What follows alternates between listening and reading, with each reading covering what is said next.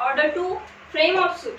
Every suit shall, as far as practicable, be framed so as to afford ground for final decision upon the subject in dispute and to prevent further litigation concerning them.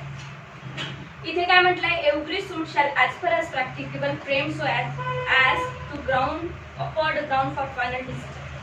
प्रत्येक suit असा दाखल करावा, प्रत्येक suit असा तयार करावा की जेणेकरून फायनल डिसिजन घ्यायला लवकरात लवकर मदत होईल आणि वारंवार त्याच्यावर काय त्रुटी वगैरे निघतील किंवा वारंवार कोर्टाच्या प्रोसिडिंग मध्ये काही प्रॉब्लेम्स येतील आणि निर्णय जो आहे कोर्ट देईल ना तो निर्णय घ्यायला सोपं जावं अशा प्रकारे सूट तयार करावा. Upon the subject in dispute and prevent further litigation concerning them. Prevent further litigation म्हणजे काय की परत परत लिटिगेशन तयार करायची गरज पडू. म्हणजे काय करतो मॅडम, आपण आज सूट फ्रेम केला, काहीतरी राहून गेलं, परत त्याला अमेंड करतो, ठीक आहे. असं होऊ नये, एकदाच प्रॉपरली सूट फ्रेम करावा, ठीक आहे.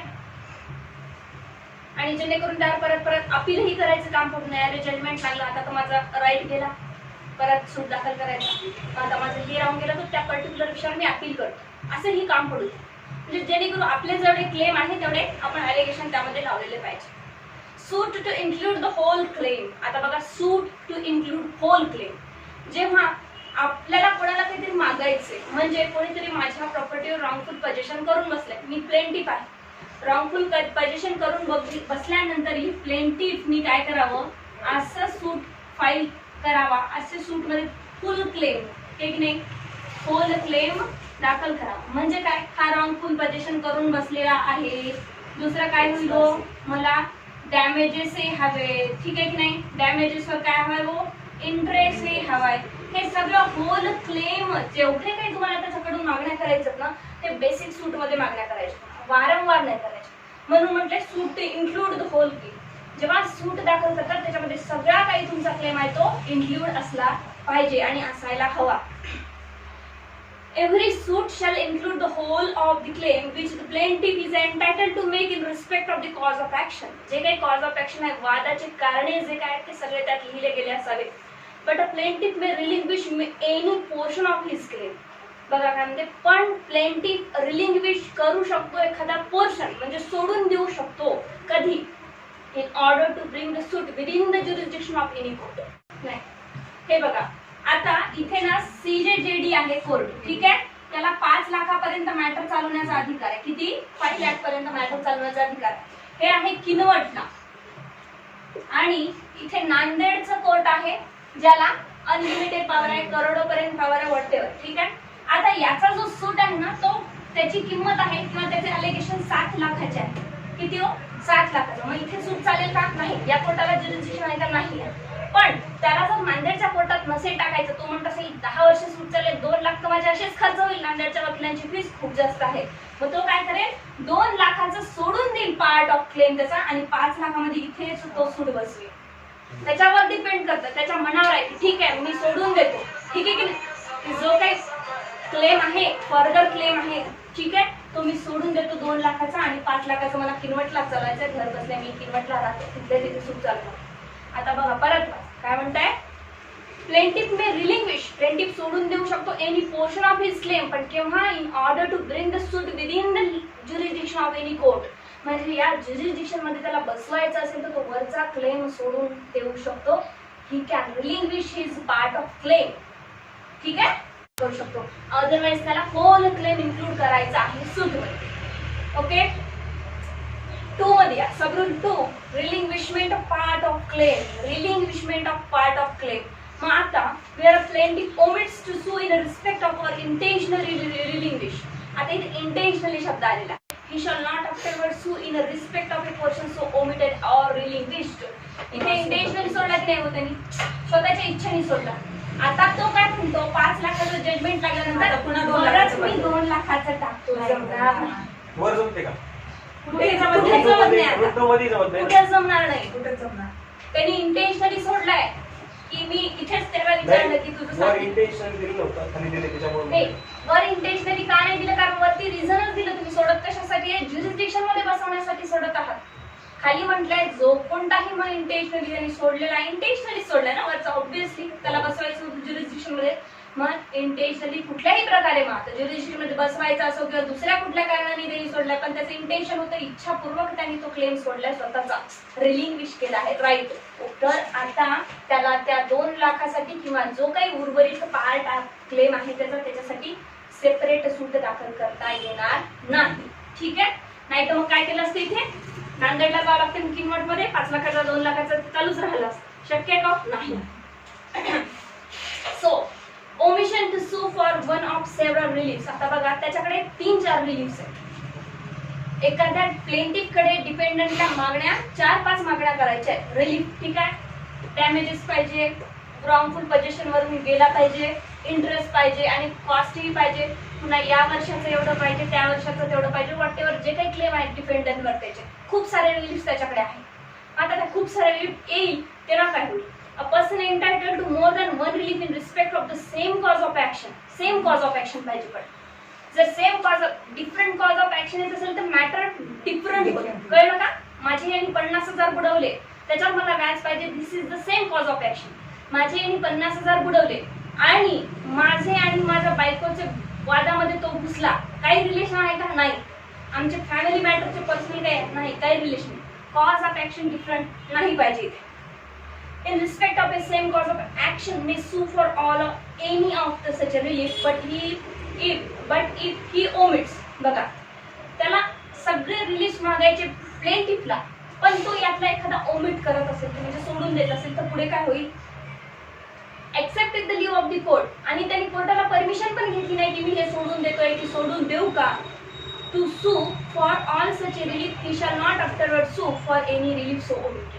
त्याला सगळे रिलीफ मागायचे होते एका ठिकाणी, एकाच सूट मध्ये, एकाच डिफेंडंटला, बट त्यांनी काय केलं, हो मागितले नाही, इंटेन्शनली एखादा रिलीफ सोडून दिला आहे, रिलिंग्विश केला, ओमिट केलाय, आता त्याला परत मागता येणार नाही.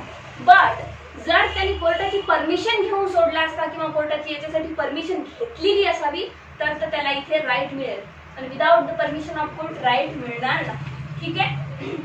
म्हणजे सोडण्यासाठी जर त्याने कोर्टाची Yes, परमिशन सोडण्यासाठी. तर इथे पण असं नाही की मी अजून एक रिलीफ टाकायचा म्हणून कोर्टाची परमिशन घेतो, असं अजिबात नाही. सोडण्यासाठी कळलं का? पाहिजे. बरोबर वाचा. But he omits except with the leave of court. Omit तर केलाय आणि except with the leave of court without permission of the court असं सांगते. For the purposes of this rule and obligation and a collateral security for its performance and successive claim arising under the same obligation shall be deemed respectively to constitute but one cause of action. आता हे थोडंसं tricky आहे, बघूया. याच्यात 2-3 शब्द आलेले आहेत आणि याला या एका एक्सप्लेनेशनला यांनी 2 पोर्शन मध्ये डिवाइड केलंय. पहिला शब्द काय म्हणते, for the purpose of the rule obligation. ठीक आहे. ऑब्लिगेशन म्हणजे काय, ड्युटी एखादी ती परफॉर्म करणार होतं कोणीतरी, केली नाही, ओनर. आणि हा ओनर आहे आणि हा कोण आहे, टेनंट आहे. टेनंटनी काय केलं, त्याला एक चेक दिला की मला घर किराणी पाहिजे, झाला यांचा कॉन्ट्रॅक्ट झाला दोघांमध्ये. आता ओनर ब्रीच करतो कॉन्ट्रॅक्ट, कळलं का? ओनर काय करतोय, कॉन्ट्रॅक्ट ब्रीच करतोय. आता हा काय करेल, यांनी जे चेक दिला होता याला काय म्हणणार आपण, security, collateral security. Collateral security म्हणजे मी तुमच्या येणार आहे तुमच्या घरी, त्याची एक कोलॅटरल सिक्युरिटी. एक शब्द आला इथला कोलॅटरल सिक्युरिटी समोरचा. आणि यांनी काय ऑब्लिगेशन केले की ठीक आहे मी तुम्हाला घर देतो, पण यांनी कॉन्ट्रॅक्ट ब्रीच केला. आता कॉन्ट्रॅक्ट ब्रीच केला तर हा काय करेल, प्लेंटिफ पहिले तर हे पैसे वापस मागेल जी की मी तुम्हाला सिक्युरिटी दिली, आणि प्लस काय करेल, डॅमेजेस मागेल, इंटरेस्ट मागेल की मी 2 वर्षापासून तुमच्या मागे लागलोय, घर किराया द्या, ऑलरेडी मी तुम्हाला 50,000 दिलेले आहे, तेच 50,000 मी बँकेत टाकले असते तर काय झालं असतं, मला व्याज मिळालं असतं, मग माझं नुकसान झालं प्लस इंटरेस्ट. मग त्याला जे काय रिलीफ मागायचं ते मागेल. कळलं? तर मग आता हा जो पोर्शन आहे कॉज ऑफ ऍक्शन एक आहे, पण याला राईट्स किती मिळतात, रिलीफ किती, 2-3 मिळतात. तर यांनी हे एकदाच मागा.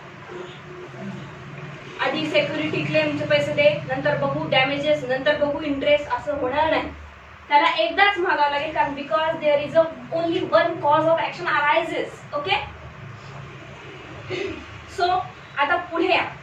For its performance and successive claims arising under the same obligation shall be deemed respectively to constitute but one cause of action. ठीक आहे, त्यांनी खाली एक एक्झाम्पल पण दिलेलं आहे आपल्याला, सेम असंच आहे. एक्झाम्पल बघूया. A lets a house to B at a yearly rent of RS 1200 रुपये. The rent for the whole of the year 1905, 1906, 1907. 1905, 1906 आणि 1907 हे अनपेड होतं. ठीक आहे की नाही? अनपेड म्हणजे जो कोणी डिपेंडंट आहे त्यांनी पेड केलं नाही. किती वर्षाचं? 1905चं नाही पेड केलं, 1906चं नाही पेड केलं, 1907चं नाही पेड केलं. आता काय झालं? Is due and unpaid. A sues B in 1908. 1 वर्षानंतर बी वर सूट दाखल केला. Only for the rent due for 1906. A shall not afterward sue B for the rent due for 1905 and 1907. आता बघा यांनी काय म्हटलं आहे की 1905 पासून तर 6 आणि 7चं ड्यू पेमेंट होतं अनपेड, जे की डिफेंडरने पे केलं नाही. मग आता बी जो होता यांनी सू केलं, सूट दाखल केला कशासाठी? फक्त 1906च्या पेमेंटसाठी. ऑलरेडी काय म्हटलंय कोर्टाने की होल क्लेम दाखल करा तुमचा. 1905 याच्यातच 6 आणि 7 पण याच्यातच करायला पाहिजे होता तुम्ही. आणि 6चं मिळाल्यानंतर किंवा रिफ्यूज जे जजमेंट लागल्यानंतर हा 7 साठी दाखल करतो, 5 साठी दाखल करतो. तर कोर्ट म्हणतो आता तुम्हाला फर्दर सूट दाखल करता येणार नाही. बिकॉज कॉज ऑफ ऍक्शन काय होतं? एकच की यांनी माझा रेंट पे केला नाही. मग किती वर्षाचा केला नाही, का केला नाही, काय नाही ते एकाच सूट मध्ये तुम्हाला दाखल करायचं.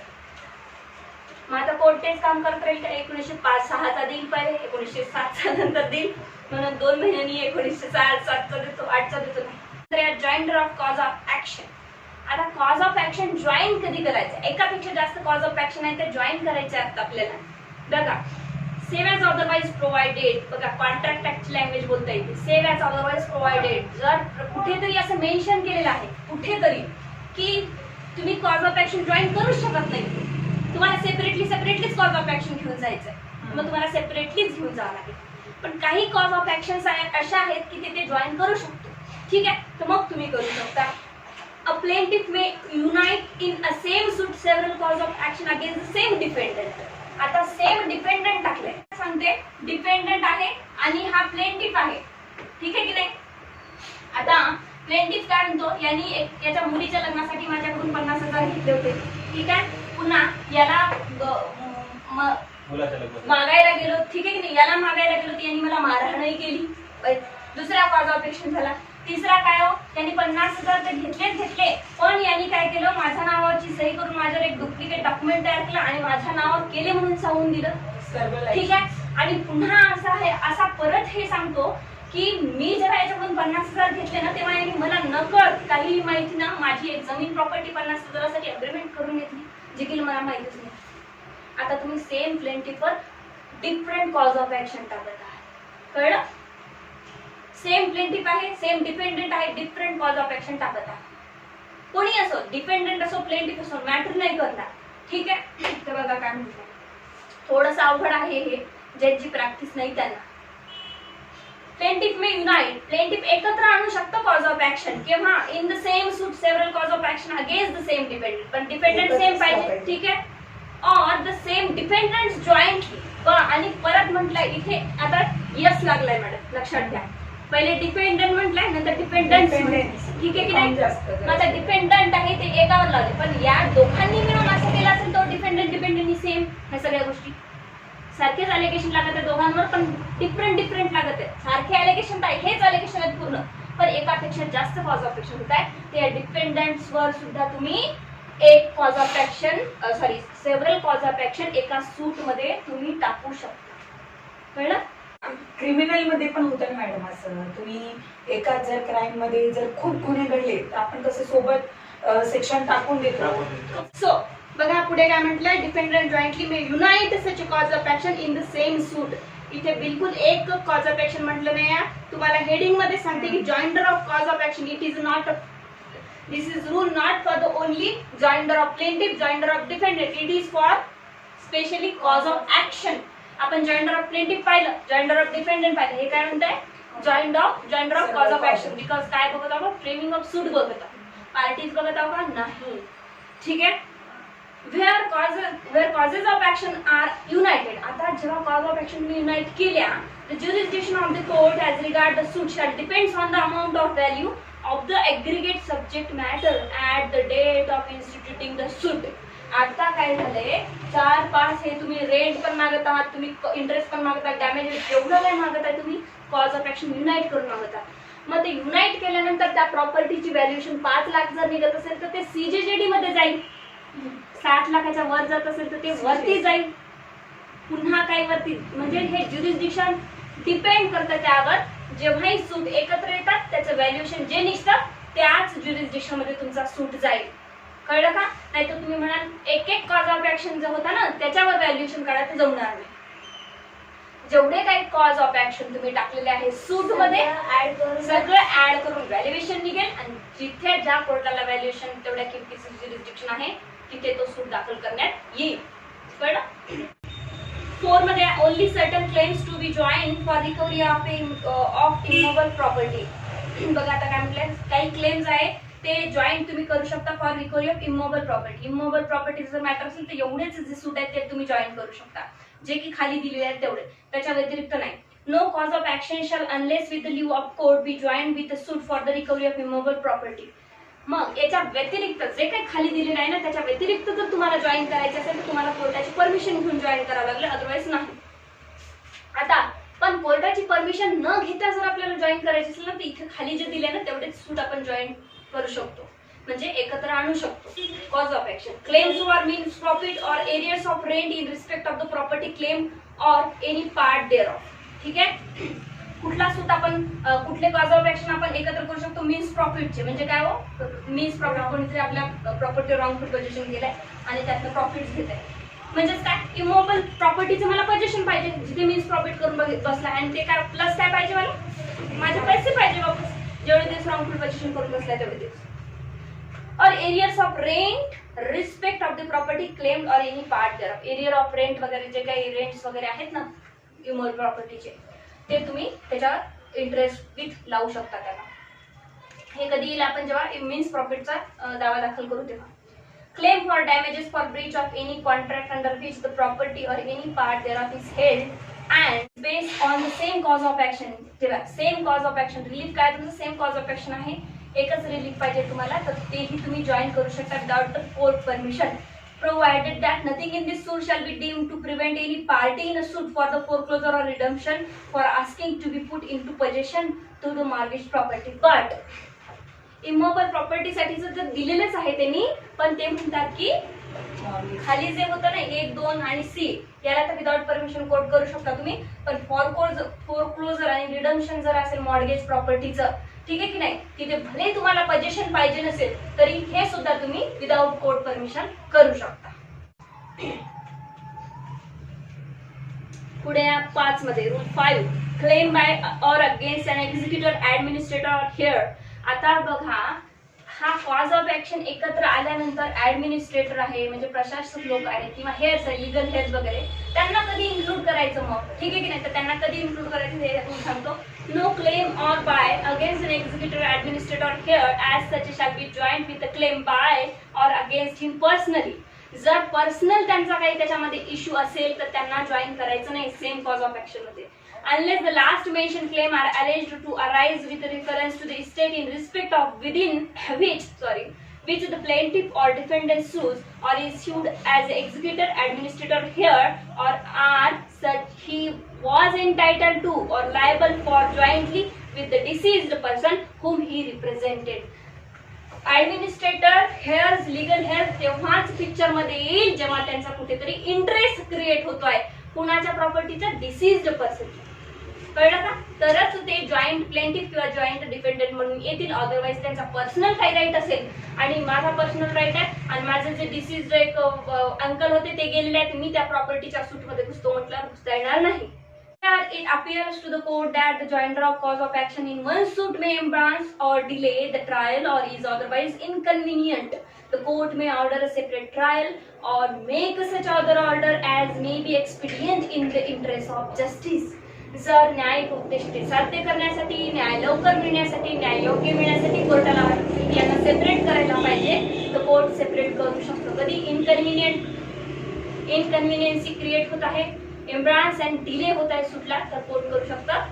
रूल 7 आता मला तुम्ही सांगा, what is misjoinder, objection as to misjoinder, पटकन सांगायचं. की चुकीनं जॉईन झालेले त्यांनी ऑब्जेक्शन घेतले. त्यांनी ऑब्जेक्शन त्याच्यावर ऑब्जेक्शन घ्यायचं. तेच तेवढंच आहे ते अर्लिएस्ट पॉसिबल असेल अपॉर्च्युनिटी 3 शब्द पाठच करून ठेवायचे. आणि मग ऍट दॅट टाइम प्रश्न आला प्रिलिम्स टिक करून टाकायचं. येस, ठीक आहे. आणि जर सोडून दिला तर काय समजेल, कोर्ट यांनी आपला राईट वेव केलेला आहे. ठीक आहे.